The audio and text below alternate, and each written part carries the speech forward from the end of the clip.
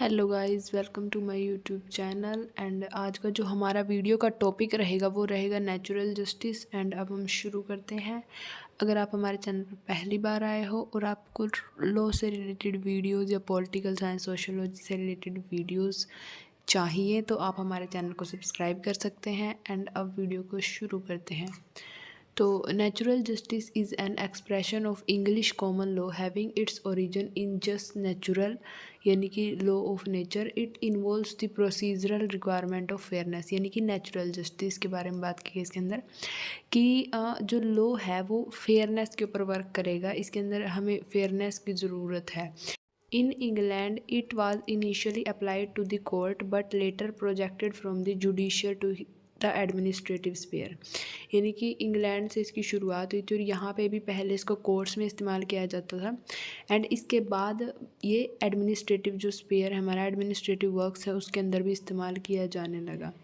It is justice that is simple and elementary and fair play in action. यानी कि ये एक ऐसा जस्टिस है जो हर किसी को मिलना चाहिए, सिंपल है एंड कोई भी चीज़ है उसे डिसाइड करने के लिए अगर हम एक नेचुरल जस्टिस के स्केल पे देखेंगे तो हम उसमें देख पाते हैं कि हमें क्या करना चाहिए एंड कौन सी पार्टी सही है एंड कौन सी पार्टी सही नहीं है। तो इसके अंदर एक हमारा केस भी है Maneka Gandhi versus union of India 1979। इसके अंदर हेल्ड हुआ था। Natural justice is the humanist theory which means to impose fairness in the law.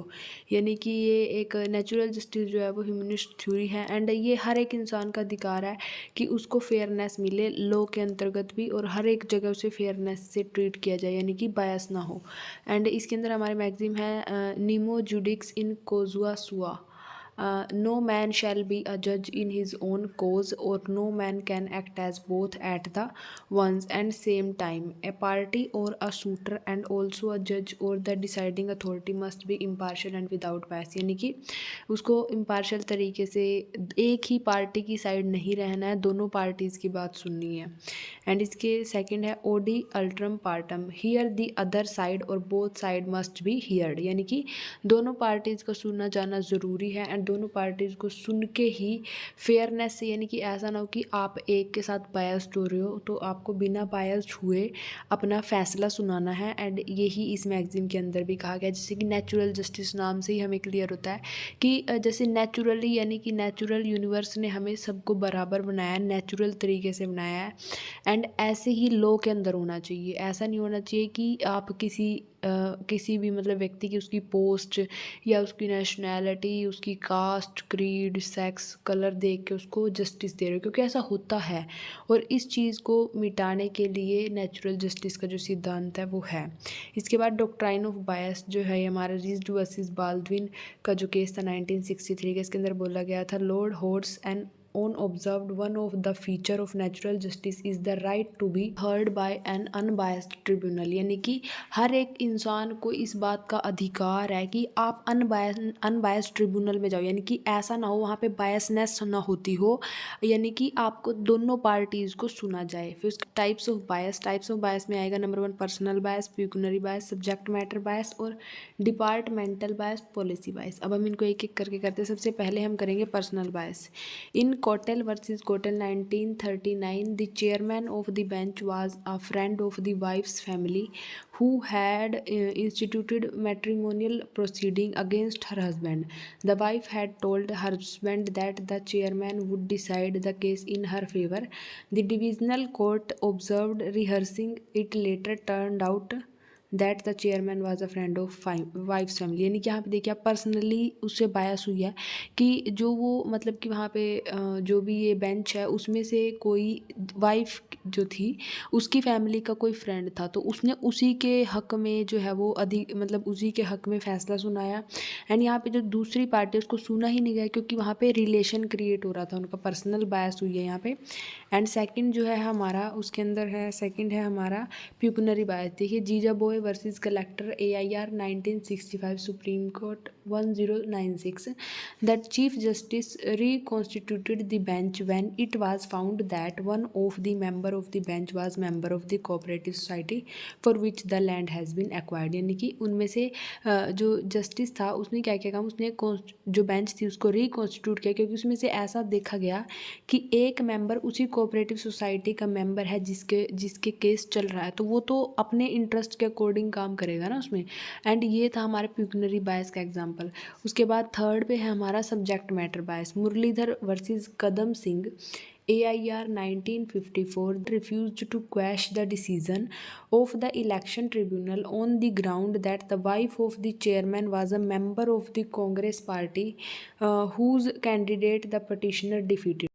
तो इस केस में ये था कि जो ट्रिब्यूनल थी उसने इसलिए मना कर दिया कि हम ये जो डिसीज़न आया है इलेक्शन का हम इसको रद्द नहीं करेंगे। किस ग्राउंड पे? क्योंकि जो चेयरमैन की वाइफ थी वो उसके अंदर एक पार्टी थी, वो एक मेंबर थी, उसकी दोनों के बीच में डिस्प्यूट था, तो उन्होंने क्योंकि वो वाइफ थी चेयरमैन की और उसकी मेंबर भी थी, तो इस कारण पे सब्जेक्ट मैटर बायस होके उसको उसके साथ बायसनेस हुई थी प्लेंटिफ के साथ, देन उसने केस डाला था इसमें। उसके बाद फोर्थ में देखते हैं departmental bias. Departmental bias is the something which is inherent in the administrative process and if it is not effectively checked it may negate the very concept of fairness in the administrative proceeding. यानी कि departmental बायस एक ऐसी बायस होती है जो inherent तरीके से चली आती है हमारे एडमिनिस्ट्रेटिव प्रोसेस के अंदर, एंड अगर हम उसको चेक नहीं करते हैं तो वो हमारे जो फेयरनेस है एडमिनिस्ट्रेटिव प्रोसीडिंग्स की उसको ख़त्म कर सकता है।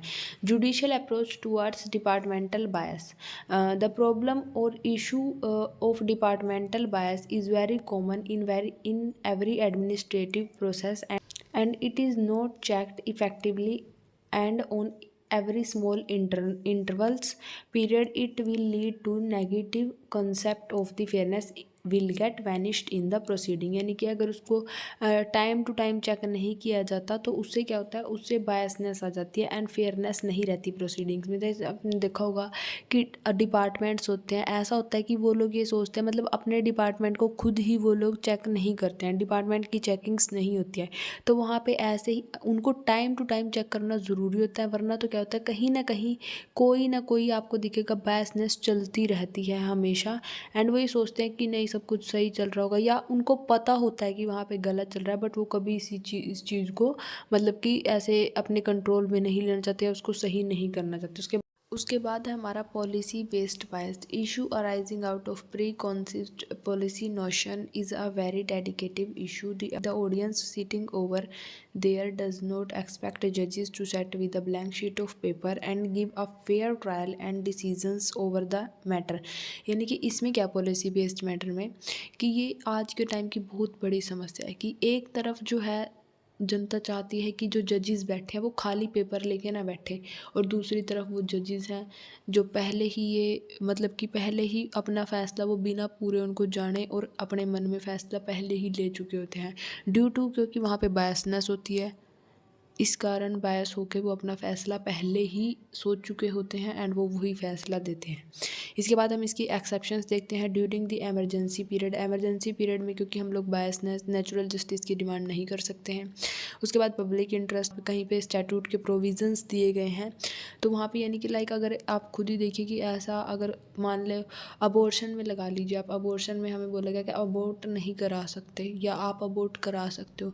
अबॉर्शन कराने में बोला गया कि किसी भी मतलब जो मेजर होती है उसको लड़की को अपने पार्टनर की कंसेंट की ज़रूरत नहीं है, तो यहाँ पे अगर पार्टनर आके बोले कि हाँ ऐसा करो कि हाँ ये तो बायसनेस हुई, तो जहाँ पे ये रिटन है यहाँ जहाँ पे ये गिवन है तो वहाँ पे इसका नेचुरल जस्टिस का सिद्धांत अप्लाई नहीं होगा इंडिविजुअल। और हाँ अगर किसी भी जगह पे किसी भी इंडिविजुअल का स्टेटस जो है वो अफेक्ट नहीं हो रहा है तो वहाँ पे भी नेचुरल जस्टिस जो है वो इम्प्लीमेंट नहीं होगा। Thank you for watching, and अगर आपको वीडियो पसंद आई हो तो लाइक कर देना।